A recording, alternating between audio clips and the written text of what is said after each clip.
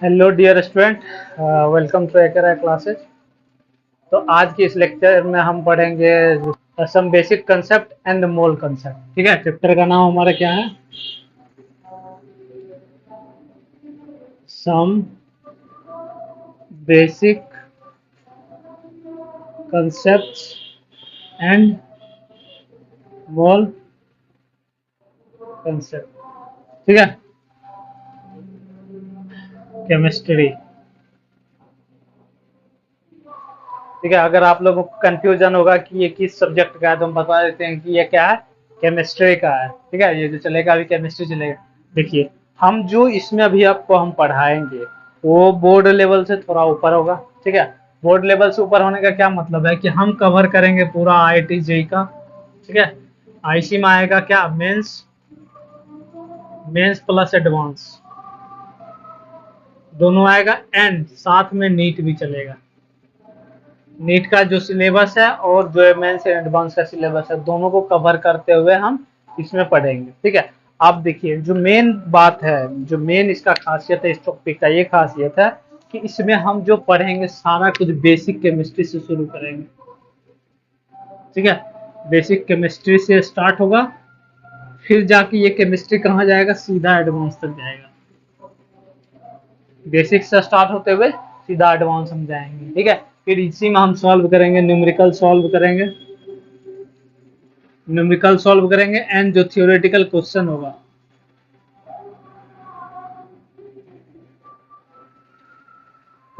वो theoretical question भी करेंगे।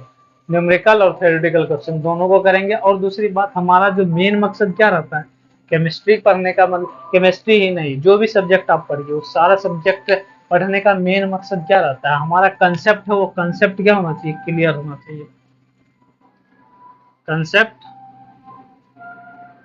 Should be clear. हमारा मेन फोकस रहेगा कि हमारा कंसेप्ट है क्लियर होना चाहिए। अगर कंसेप्ट आपका क्लियर है तो क्या होगा, easy to solve numerical problem. आप आसानी से न्यूमेरिकल प्रॉब्लम को क्या कर सकते हैं, सॉल्व कर सकते हैं। अगर हम देखें इसमें हम क्या बोल रहे हैं कि हम जो केमिस्ट्री पढ़ेंगे बेसिक पढ़ेंगे, बेसिक से स्टार्ट करेंगे। बेसिक से स्टार्ट करने का क्या मतलब है, हम थोड़ा बहुत जीरो के करीब जाएंगे। मतलब ऐसा नहीं है कि हम पूरा जीरो जाएंगे, ठीक है, जीरो के करीब जाएंगे, तो वहीं से हम स्टार्ट करेंगे। देखिए, अगर आप यहाँ बेसिक केमिस्ट्री पढ़ रहे हैं तो बेसिक केमिस्ट्री सब पढ़ने से पहले सबके दिमाग में ये सवाल जरूर आता है कि व्हाट इज दिस, ये होता क्या है भाई, केमिस्ट्री होता क्या है। ये सवाल आपको जरूर आएगा ना, अगर आप पढ़ रहे हैं तो केमिस्ट्री होता क्या है उसके बारे में आता जरूर है सवाल। तो हमारा आंसर क्या होता है, देखिए, केमिस्ट्री किसका ब्रांच है, साइंस का ब्रांच है, तो इसमें हम ये लिखेंगे, it is branch of science. ठीक है, ये साइंस का ब्रांच है। और इसमें होता क्या, हम मतलब अगर केमिस्ट्री पढ़ रहे हैं तो केमिस्ट्री में हम मेनली किस किस बात पे फोकस करते हैं। ठीक है, ये बात जानना जरूरी है। अब तभी तो, जैसे कि अगर हम बात करें मेन फिजिक्स में क्या, किस बात पे फोकस करते हैं हम, फिजिक्स में जनरली ये बात पे फोकस करते हैं कि नेचर में जो भी एक्टिविटी वगैरह हो रहा है उसके बारे में हम स्टडी करते हैं। ठीक है, तो वो फिजिक्स में रहता है। लेकिन केमिस्ट्री में हम क्या करते हैं, दैट डील्स विथ, ठीक है, किसके साथ डील करता है, मतलब क्या इसमें पढ़ाया जाता है, प्रॉपर्टीज,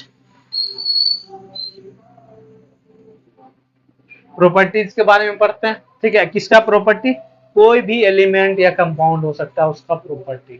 ठीक है, प्रॉपर्टीज के बारे में पढ़ते हैं। फिर कंपोजिशन के बारे में पढ़ते हैं।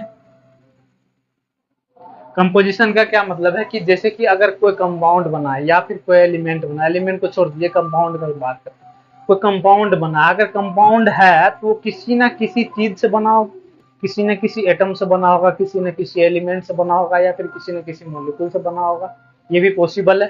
ठीक है, तो हम कंपोजिशन में यही देखते हैं कि वो जो आइटम्स बना है वो किस किस चीज से बना है। ठीक है, तो वो जो जिस जिस चीज से बना रहता है तो उसको हम बोलते हैं वो क्या है, कंपोनेंट है। ठीक है, तो कंपोनेंट, सारा कंपोनेंट मिलकर हमें पता चलता है कि हाँ उसका कंपोजिशन क्या है। ठीक है, कंपोजिशन पढ़ते हैं और प्रॉपर्टी पढ़ते हैं, और तीसरा क्या पढ़ते हैं, स्ट्रक्चर के बारे में पढ़ते हैं। स्ट्रक्चर, ठीक है। और ये किसका स्ट्रक्चर पढ़ते हैं? Of elements and compounds, elements and compound, ठीक है। हम यहाँ एलिमेंट्स या कंपाउंड इसलिए लिख दे रहे हैं क्योंकि हम जो है ना, जो हमारा बच्चे क्लास था, बच्चा क्लास से उठ के हम 11th क्लास में आ गए, तब जाकर हम लिख रहे हैं कि यहाँ पे क्या हो रहा है, 11 एलिमेंट्स एंड कंपाउंड्स। अगर एलिमेंट्स या कंपाउंड नहीं लिखे तब हम क्या लिख सकते हैं? अगर हम बोले कि हम केमिस्ट्री का डिफिनेशन जानना चाहते हैं, लेकिन हम क्या है, हम लोअर क्लास में, 11th क्लास में नहीं है, तब हम क्या करेंगे? जिसको एलिमेंट्स या कंपाउंड्स के बारे में कुछ पता ही नहीं है तो क्या करेगा? तब जाकर हम यहाँ पे क्या करते हैं, एलिमेंट्स या कंपाउंड की जगह हम डायरेक्ट ये लिख सकते हैं कि हम किसके बारे में पढ़ते हैं? मैटर के बारे में पढ़ते हैं। कोई भी मैटर ले लीजिए, ठीक है, जो भी मैटर है उसके बारे में हम क्या पढ़ेंगे? उसका सबसे पहले बारे में पढ़ेंगे प्रॉपर्टी, दूसरा पढ़ेंगे क्या? कंपोजिशन, और तीसरा पढ़ेंगे उसका स्ट्रक्चर, ठीक है। जैसे सिंपल अगर हम एग्जांपल लें तो जैसे कि ये देखिए, ये हमारा मार्कर है, तो ये मार्कर जो है रेड कलर का है, ठीक है। और ये जो मार्कर है इसका पहला प्रॉपर्टी क्या है? इसका पहला प्रॉपर्टी कि किसमें यूज किया जाता है? राइटिंग में यूज किया जाता है, ठीक है। और दूसरा, और भी जो मन है दूसरा, हम क्या समझ सकते हैं, कोई विद्यार्थी नहीं पढ़ रहा है, हमारे खींच के उसको जोर से, टीचर वहां तक नहीं जाएगा, हमारे खींच के यहीं से, तो ये भी एक काम हुआ उसका, ठीक है। और देखिए इसका कंपोजिशन क्या है, इसमें क्या क्या रहता है? इसमें देखिए एक तो रहता है क्या? कलर मिलाया हुआ रहता है, ठीक है, कलर ये जिससे हम लिख रहे हैं वो कलर ही रहता है। फिर दूसरा देखिए ऊपर से क्या, इसमें प्लास्टिक्स है, प्लास्टिक्स भी मिला है, ठीक है। ये सब क्या है? इसका कंपोजिशन है, क्या है? सब कंपोजिशन है। अब देखिए, अब स्ट्रक्चर के बारे में बात करते हैं। इसका स्ट्रक्चर कैसा है? स्फेरिकल है कि नहीं? तो स्ट्रक्चर जो है मार्कर का, मार्कर के स्ट्रक्चर के बारे में हम बात करेंगे, तो मार्कर का स्ट्रक्चर क्या होगा? स्फेरिकल, ठीक है। तो मार्कर का स्ट्रक्चर हो गया स्फेरिकल। तो ये सब जो हम जो डिटेल पढ़ेंगे इसके बारे में पूरा, किसी भी एक मैटर, या फिर मैटर नहीं बोल रहे हैं तो एलिमेंट या कंपाउंड बोल रहे हैं, ठीक है। अगर आपको मैटर भी नहीं बोलने का मन है और एलिमेंट या कंपाउंड भी नहीं बोलने का मन है, तो एक लाइन में सिंपल बोल दीजिए सब्सटेंस, ठीक है। क्योंकि यह सारा चीज क्या है, एक दूसरे के साथ लिंक है, इसीलिए हम बोल सकते हैं कि सब्सटेंस के बारे में पढ़ते हैं। ये क्या है? एक सब्सटेंस है। सब्सटेंस के बारे में हम क्या पढ़ लिए? इसका प्रॉपर्टी पढ़ लिए, सॉरी ये प्रॉपर्टी पढ़ लिए, उसके बाद क्या है, कंपोजिशन पढ़ लिए, और दूसरा क्या पढ़ लिए, इसका स्ट्रक्चर भी पढ़ लिए। तो ये सारा का सारा चीज जो पढ़ाया जाता है वो किसमें पढ़ाया जाता है? केमिस्ट्री में ही पढ़ाया जाता है, ठीक है। तभी तो जितना हम आप पढ़िएगा, आगे जितना पढ़िएगा, ठीक है, तो मतलब आगे बढ़ते जाएंगे, जैसे जैसे बढ़ते जाएंगे उसके हम क्या पढ़ेंगे? सबके बारे में, एटम्स के बारे में पढ़ेंगे, एटम्स का क्या प्रॉपर्टी है, उसका स्ट्रक्चर कैसा है, उसका कंपोजिशन क्या है, वो सब के बारे में पढ़ेंगे। मान लीजिए एटम्स के बाद अगर हम पढ़ेंगे कंपाउंड्स, कोई कंपाउंड्स के बारे में पढ़ेंगे, तो कंपाउंड्स में हम क्या पढ़ेंगे? यही सब पढ़ेंगे, ठीक है, सब पढ़ेंगे कि अगर हम बोल रहे हैं एक इंसान के बारे में, एक इंसान में भी ये तीन चीज लागू होता है, properties, composition and structure.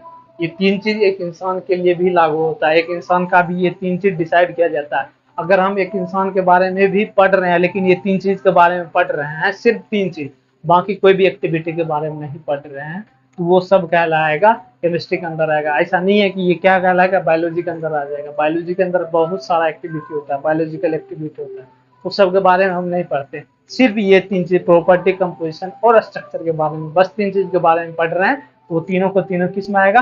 Chemistry के अंदर आएगा, इसके अंदर, ठीक है। आई होप कि केमिस्ट्री का जो डिफिनेशन है आपको क्लियर हो गया होगा, समझ आ गया होगा, ठीक है। इतना समझ आने के बाद फिर से हम आपको छोटा सा और डिफिनेशन बताते हैं, ठीक है। हम 11th क्लास में आ गए, ठीक है, 11th क्लास में आ गए, या फिर आप 12th क्लास में होंगे, ठीक है। दोनों दोनों क्या करते हैं? IIT JEE या फिर, ठीक है, IIT JEE कर रहे हैं या फिर क्या कर रहे हैं? नीट कर रहे हैं। तो नीट कर रहे हैं तो इस डिफिनेशन से तो सेटिस्फाई होंगे ना, ठीक है। और थोड़ा सा एक और डिफिनेशन लिख देते हैं, ठीक है।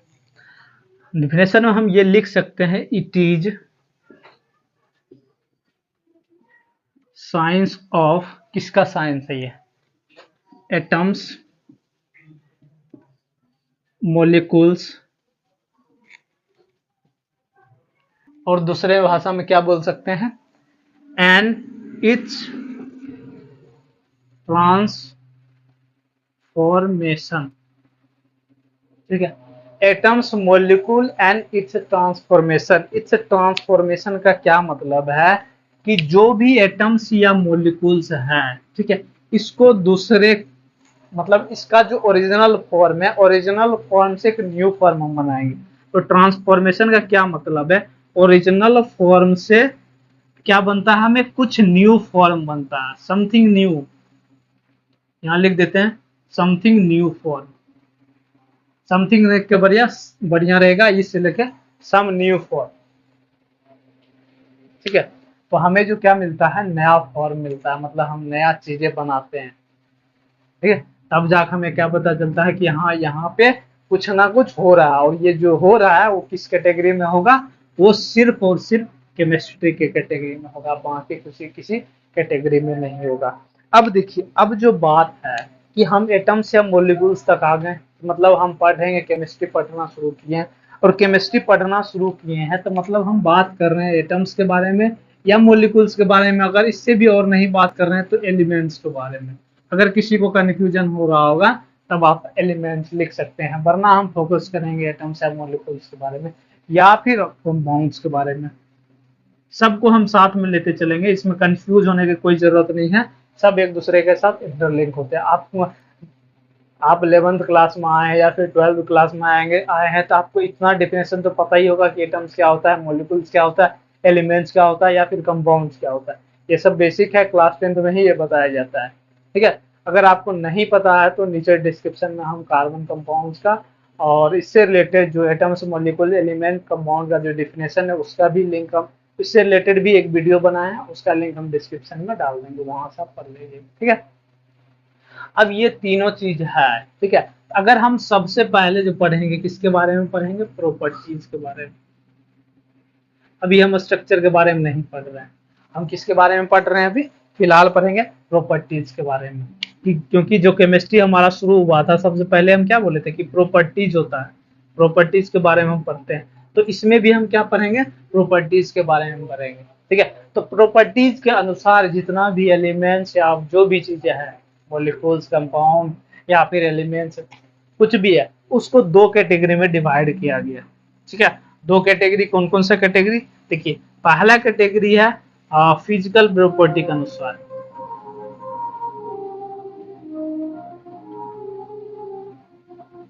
पहला कैटेगरी है फिजिकल प्रॉपर्टी, और दूसरा क्या है, केमिकल प्रॉपर्टी, केमिकल प्रॉपर्टी, ठीक है। तो इस दोनों के बारे में अभी हम पढ़ेंगे इसी लेक्चर में, ठीक है। इस दोनों का डिफिनेशन देखेंगे और एग्जाम्पल देखेंगे।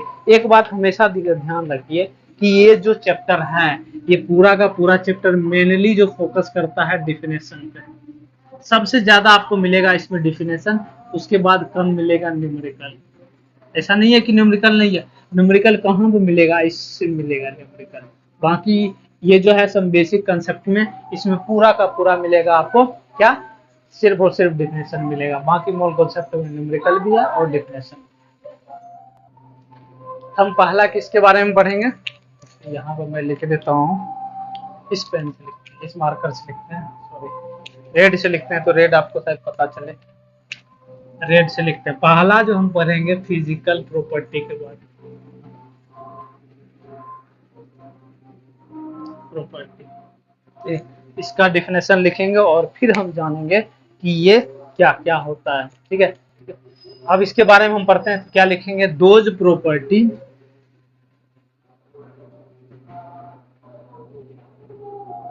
those properties which can be measured or observed, ठीक है। ये दो वैसा प्रॉपर्टी है, ठीक है, जिसको हम क्या करते हैं, मेजर करते हैं, ठीक है, मेजर करते हैं या फिर ऑब्जर्व करते हैं। ऑब्जर्व करने का क्या मतलब है, हम देखते हैं और देखने के बाद उससे रिलेटेड जो उसका एक्टिविटी रहता है उससे रिलेटेड हम कुछ डिसीजन लेते हैं, ठीक है। उसी डिसीजन या उसी प्रॉपर्टी को हम फिजिकल प्रॉपर्टी के अंदर लाते हैं, फिर है क्या, मेजर करते हैं। मेजर करने के बाद जो हमें चीजें मिलता है, जो क्वांटिटी हमें मिलता है, तो उस क्वांटिटी को भी हम बोलते हैं कि वो क्या है, फिजिकल प्रॉपर्टी के अंदर आता है। ठीक है, अब देखिए मेजर कर रहे हैं या फिर ऑब्जर्व कर रहे हैं, कैसे कर रहे हैं, किस बेसिस पे कर रहे हैं। ठीक है, तो देखिए measure and observe without changing its identity and composition. ठीक है, कंपोजिशन ऑफ द सब्सटेंस, किसका, सब्सटेंस के बाद।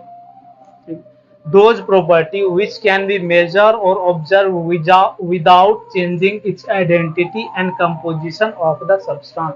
किसी भी सब्सटेंस को हम मेजर कर रहे हैं या फिर ऑब्जर्व कर रहे हैं, तो कैसा होना चाहिए, उसका आइडेंटिटी हम चेंज ना करें। उसका आइडेंटिटी हम चेंज ना करेगा क्या मतलब है, हम कब किसी का आइडेंटिटी चेंज कर सकते हैं, जब हम उसमें कोई केमिकल चेंज करेंगे तभी जाकर उसका आइडेंटिटी चेंज होगा, अगर नहीं तो उसका आइडेंटिटी चेंज नहीं होगा, वो जैसा है वैसा ही रहेगा। ठीक है, और दूसरा बात क्या है, उसका कंपोजिशन भी चेंज नहीं होना चाहिए, वो जिस कंपोजिशन में है उसी कंपोजिशन में रहना चाहिए। जैसे कि अगर हम बोले कि कोई एक सब्सटेंस है जिसका कंपोजिशन में क्या है, वो एक सब्सटेंस ए से बना है और एक बी से बना है, दोनों ए और बी मिलकर बना है एक सब्सटेंस, कुछ सब्सटेंस माने डी। ठीक है, कोई सब्सटेंस है जी जो बना है ए और बी को मिलने के बाद, तो इसमें जो ए और बी है कंपोनेंट है वो हमेशा चेंज नहीं होना चाहिए, मतलब हमेशा नहीं, कभी चेंज नहीं होना चाहिए, जैसा है वैसा ही रहेगा इसका कंपोजिशन, तब जाकर वो फिजिकल प्रॉपर्टी के अंतर्गत आएगा। और इसका जो आइडेंटिटी है, ठीक है, वो आइडेंटिटी हमेशा रहना चाहिए। ठीक है, ऐसा नहीं है कि चेंज नहीं हो जाना चाहिए। जैसे कि आइडेंटिटी का हम सबसे अच्छा एग्जाम्पल देते हैं, जैसे कि देखिए बॉयज, आजकल टेक्नोलॉजी आया है, तो अब पता ही आपको, अगर उतना तो आप समझ सकते हैं, बॉयज है अपना आइडेंटिटी ही चेंज कर लेता है कि भाई है ही नहीं वो बॉय। अब फिर दूसरा और क्या, गर्ल्स, ये सब अपना आइडेंटिटी ही पूरा क्या करता है, बदल लेता है, एकदम पूरा ट्रांसफॉर्मेशन हो जाता है, तब जाकर हम लोग क्या बोले, इस कैटेगरी में वो नहीं आएगा, क्योंकि उसका आइडेंटिटी ही चेंज हो गया। ठीक है, ह्यूमन बीइंग है, ह्यूमन बीइंग रहेगा तभी तो ह्यूमन है, ऐसा नहीं है कि मतलब कुछ भी जानवर के तरह करेगा तो उसका नहीं होगा ना ह्यूमन बीइंग, क्योंकि क्या होगा, आइडेंटिटी हम चेंज कर देंगे। अगर हम आइडेंटिटी चेंज करते हैं, ठीक है, आइडेंटिटी अगर हम चेंज करते हैं तो इसका मतलब है कि हम फिजिकल प्रॉपर्टी को चेंज कर रहे हैं, वहां पे फिजिकल प्रॉपर्टी लागू नहीं होगा। बाकी रहा कंपोजिशन, कंपोजिशन तो हर हाल में चेंज नहीं करना है, जैसा है वैसा ही रहेगा। ठीक है, अब देखिए इसके एग्जाम्पल में हम बता देते हैं। इसका एग्जाम्पल हो गया आपका कलर। ठीक है, कलर है, तो कलर में आप बताइए, कलर को क्या करते हैं, मेजर करते हैं या फिर ऑब्जर्व करते हैं।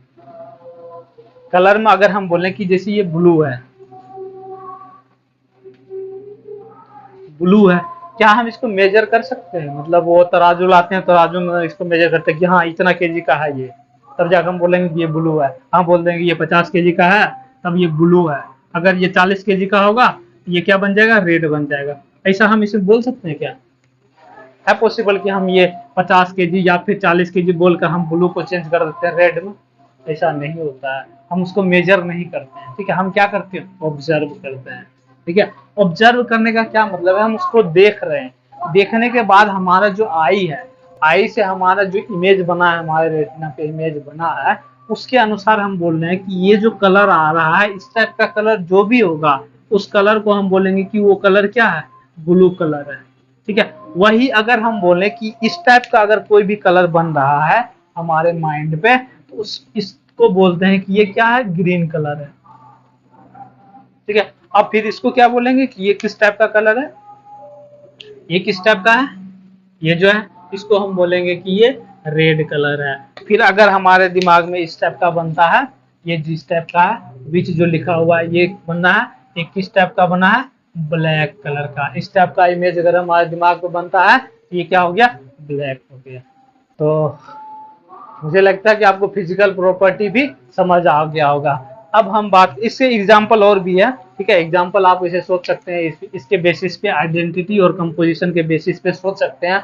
कुछ भी नंबर लीजिए, उसको ये पता कीजिए कि क्या हम उसको मेजर कर रहे हैं या फिर ऑब्जर्व कर रहे हैं।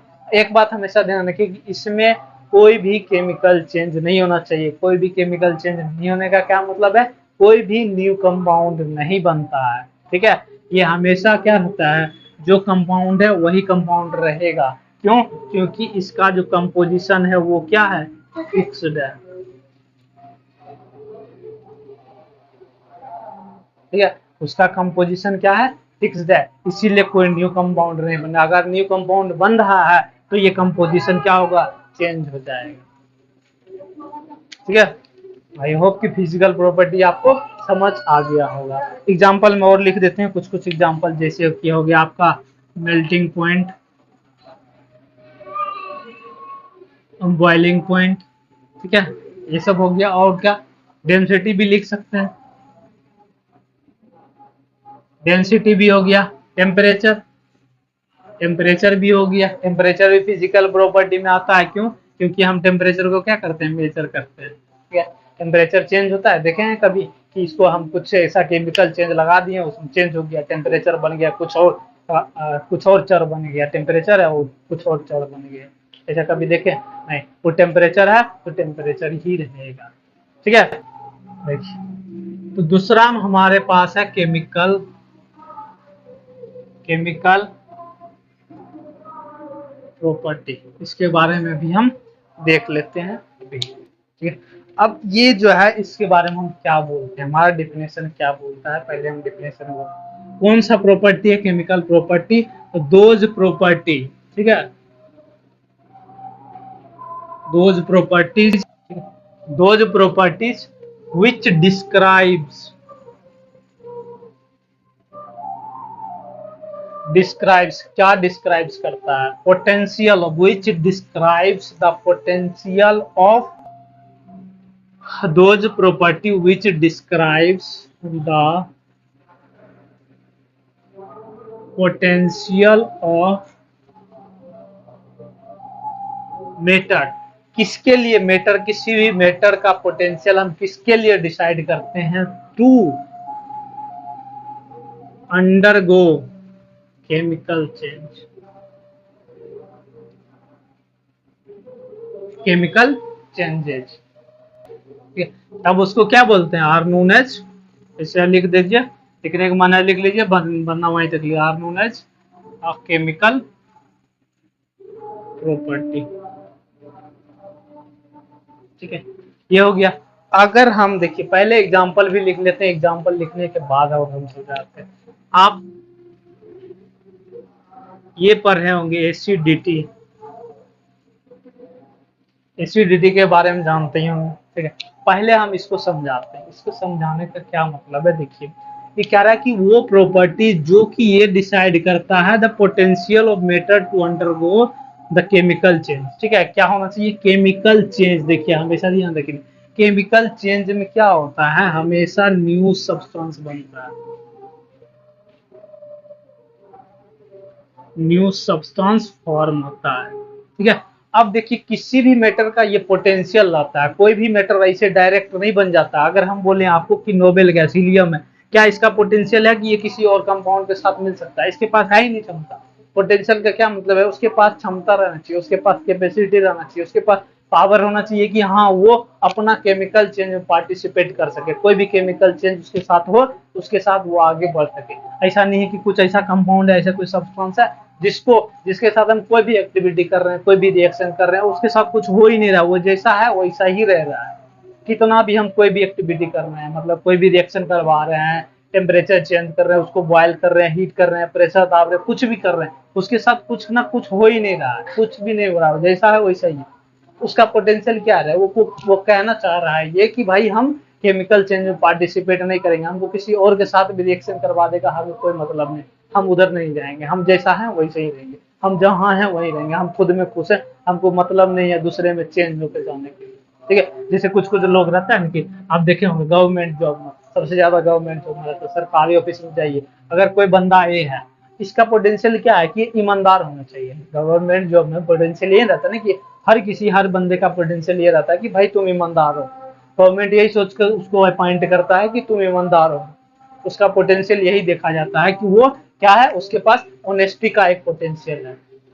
ठीक है, लेकिन क्या इसका पोटेंशियल बदलता नहीं है? इसके पास ढेर सारा मनी रख दीजिए, देखिए इसका ईमान बिक जाएगा। इसका पोटेंशियल क्या हो गया? पोटेंशियल चेंज हो गया, पोटेंशियल चेंज हो गया। ठीक है, पोटेंशियल जैसे ही इसका चेंज होगा तो ये क्या बोलेगा? इसका ईमान खुद के पास है नहीं, ये क्या करेगा? अपना जो ओरिजिनल फॉर्म आइडेंटिटी जो उसका है वो अपना आइडेंटिटी लॉस कर देगा। कुछ क्या बन जाएगा? बी बन जाएगा। इस बी को क्या बोलेंगे? ये बी वो बंदा है जिसके पास एक भ्रष्ट होने का क्वालिटी है, जिसके पास डिसऑनेस्टी का क्वालिटी है। ठीक है, इसका जो भी पोटेंशियल था, जो भी नेचर था, वो क्या हो गया? चेंज हो गया। उसी तरह जो भी सब्सटेंस का पोटेंशियल है केमिकल चेंज में पार्टिसिपेट करने के लिए, केमिकल रिएक्शन में पार्टिसिपेट करने के लिए, वो सारा का सारा उस टाइप का जो भी प्रॉपर्टी होगा, सारा का सारा प्रॉपर्टी किस कहलाएगा? वो सारा प्रॉपर्टी केमिकल प्रॉपर्टी के अंदर आएगा। जैसे कि एसिडिटी। ठीक है, एसिडिटी देखिए, एसिडिटी कब होता है? जब हम खाना खाते हैं, तो मतलब हम अभी बायोलॉजिकल एसिडिटी की बात करें जो हमारे पेट में होता है, वो वाला एसिडिटी नहीं जो बाहर केमिकल रिएक्शन जिसके बारे में हम पढ़ते हैं कि हाँ इसका एसिड पीएच वैल्यू इतना है, पीएच वैल्यू इतना जाएगा, उस टाइप का नहीं। हम सिंपल एसिडिटी की बात करते हैं जो कॉमन लैंग्वेज में बोला जाता है कि हाँ किसी को बोला कि हाँ भाई हमको एसिडिटी हो गई। एसिडिटी होने का क्या मतलब है? जो हमारे बॉडी में HCl रहता है, ठीक है, तो वो HCl क्या करता है? उसका अमाउंट बढ़ जाता है। ठीक है, अब अमाउंट बढ़ने का क्या मतलब है? कहीं ना कहीं अंदर में रिएक्शन हो रहा होगा, पेट के अंदर कुछ ना कुछ लोचा होगा, तभी तो हमारा बढ़ा एसिड का लेवल। एसिड का लेवल बढ़ गया तो हमारा क्या हो गया? एसिडिटी हो गया। इसका क्या मतलब है कि उसका पोटेंशियल क्या हो रहा है? उसका पोटेंशियल ये बोल रहा है कि भाई हम चेंज हो जाएंगे, तुम ऐसा कुछ खा लिए हो कि हम चेंज होंगे। तब जाकर वो चेंज होने के बाद क्या होता है? केमिकल चेंज हमारे पेट में होता है। केमिकल चेंज हमारे पेट में होता है, तब जाके हमारा क्या होता है? एसिड लेवल बढ़ जाता है। कुछ गलत खा लेते हैं तो एसिड लेवल बढ़ जाता है। तो बढ़ने के बाद क्या होता है? हमें एसिडिटी होता है। एसिडिटी होने के बाद फिर से हम डॉक्टर के पास चलते हुए जाते हैं। ठीक है, इस टाइप से आप इसको समझ सकते हैं। जो भी देखिए केमिकल चेंज हमेशा रहता है। केमिकल चेंज का क्या मतलब है कि यहाँ पे क्या होगा? केमिकल रिएक्शन होगा। ठीक है, हमेशा क्या होगा? केमिकल रिएक्शन होगा। एक बात हमेशा ध्यान रखें। ठीक, आई होप कि केमिकल चेंज का मतलब भी आपको समझ आ गया होगा। एसिडिटी हो गया, और भी दूसरा बोल सकते हैं बेसिसिटी हो गया। ठीक है, इस टाइप का आपका बहुत सारा एग्जांपल होगा। उस एग्जांपल के अनुसार ये देख सकते हैं कि क्या उसमें केमिकल चेंज हो रहा है या नहीं हो रहा है, क्या वहां पे केमिकल रिएक्शन हो रहा है या नहीं हो रहा है, क्या वहां पे न्यू सब्सटेंस बन रहा है या फिर नहीं बन रहा है, क्या वहां पे हमें न्यू प्रॉपर्टी वाला सब्सटेंस मिल रहा है या नहीं मिल रहा है। ठीक है, क्या वहां पे कंपोजिशन चेंज हो रहा है या नहीं हो रहा है। कंपोजिशन भी इसमें चेंज होता है। एक बात हमेशा ध्यान रखिए, केमिकल प्रॉपर्टी में कंपोजिशन भी चेंज होता है। फिजिकल प्रॉपर्टी में कंपोजिशन चेंज नहीं होता है, लेकिन केमिकल प्रॉपर्टी में कंपोजिशन चेंज होगा ही होगा। ठीक है, तो आई होप कि फिजिकल प्रॉपर्टी और केमिकल प्रॉपर्टी आपको बहुत अच्छे से समझ आ गया होगा। फिर भी अगर आपको डाउट है, कहीं समझ में नहीं आ रहा है, तो आप नीचे कमेंट सेक्शन में जरूर कमेंट करके हमें बताइए। हमारा मेन मकसद यह है कि हम इस क्लास के द्वारा, मतलब आज से जो हमारा है कि हम IIT JEE और नीट लेवल का पढ़ाएं, और जितना डीप हो सके, जितना भी जो भी चीजें रहेगा, जो भी एक्सपीरियंस करूंगा, जो भी प्रैक्टिकल लाइफ रियल लाइफ में होता है और जो थ्योरेटिकल जो बुक में रहता है, दोनों को कंबाइन करके हम आपको यहाँ बोर्ड पे दिखाएं। ठीक है, थैंक यू आज।